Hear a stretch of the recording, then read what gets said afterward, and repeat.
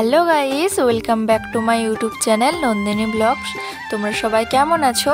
আশা করি ভালো আছো, আমিও ভালো আছি। আজকের ব্লগটা কিন্তু একটু অন্যরকম, তোমরা ভিডিওটা স্কিপ না করে পুরোটাই দেখতে থাকো। তো দেখো বন্ধুরা, আমি কিন্তু রেডি শেডি হয়ে এই যে মন্দিরে চলে এসেছি।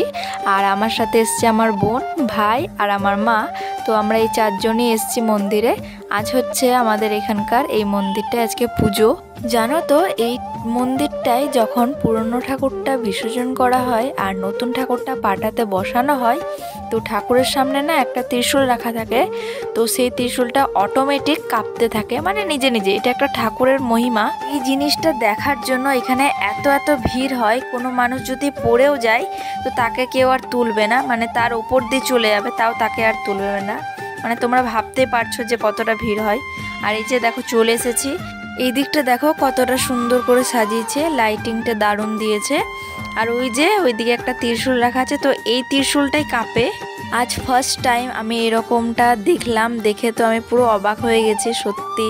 তো বন্ধুরা দেখতে পাচ্ছ তো এখানে কত সবাই এসছে। এত ভিড়ের মধ্যে যে কি করব আমি কিছু বুঝতেই পারছিলাম না। তো ত্রিশূলটা তো দেখতেও পাচ্ছিলাম না। তো যাই হোক, অনেকক্ষণ দাঁড়িয়ে থাকার পরে এই যে দেখতে পেলাম ত্রিশূলটা সত্যি সত্যি কাঁপছিল নিজে নিজেই। আর তোমাদের কেমন লাগলো এই জিনিসটা দেখে তোমরা কিন্তু অবশ্যই জানিও। তো গাইজ, ওইদিকে কিন্তু পুরনো ঠাকুরটা বিসর্জন দিচ্ছে আর নতুন ঠাকুর বসিয়ে দিয়েছে। এদিকে কিন্তু পুজো শুরু হয়ে গেছে। তো তাই চলে এলাম এই দিকটাই। মন্দিরের পেছনে একটা পুকুর আছে, তো সেখানে মাকে বিসর্জন দিচ্ছে।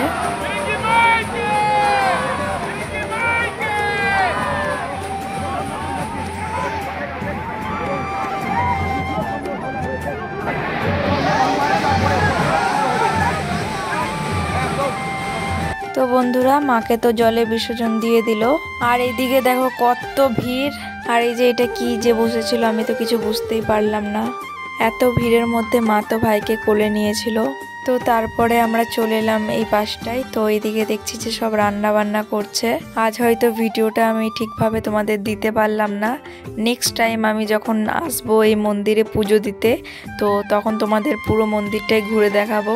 আর এই যে এটা আমার বোন, তোমরা তো জানোই। তো ওইদিকে তো বিসর্জন হয়ে গেছে। তো তারপরে চলে এসেছিলাম শিব মন্দিরে। এখানে এসে প্রণাম করে নিলাম। আর এই যে এইদিকে স্টেজ করেছে একটা ছোট্ট করে। তো এখানে কীর্তন গান টান এসব হবে, এখনো যদিও হচ্ছে। তো এটা কিন্তু আজ সারা রাত পর্যন্ত চলবে। তো গাইজ, এবার বাড়ি চলে যাব, তাই আবারও চলে গেলাম একবার মন্দিরে, প্রণাম করে নিলাম। আর এদিকে দেখছো ত্রিশূলটা কিন্তু এখনো কন্টিনিউ নড়েই যাচ্ছে, মানে এতটাই কাঁপছে। আর ত্রিশূল থেকে সবাই টিপ নিয়ে মাথায় দিচ্ছে, কপালে লাগাচ্ছে। তো আমিও গেছিলাম ত্রিশূলের সামনে। তো মন্দির থেকে বেরিয়ে গেছি, এখন বাড়ি চলে যাব। আর এদিকে দেখছি পপকর্ন বসেছে, তো ভাই বলছিল খাবে, তাই ওর জন্য এক প্যাকেট কিনে নিলাম।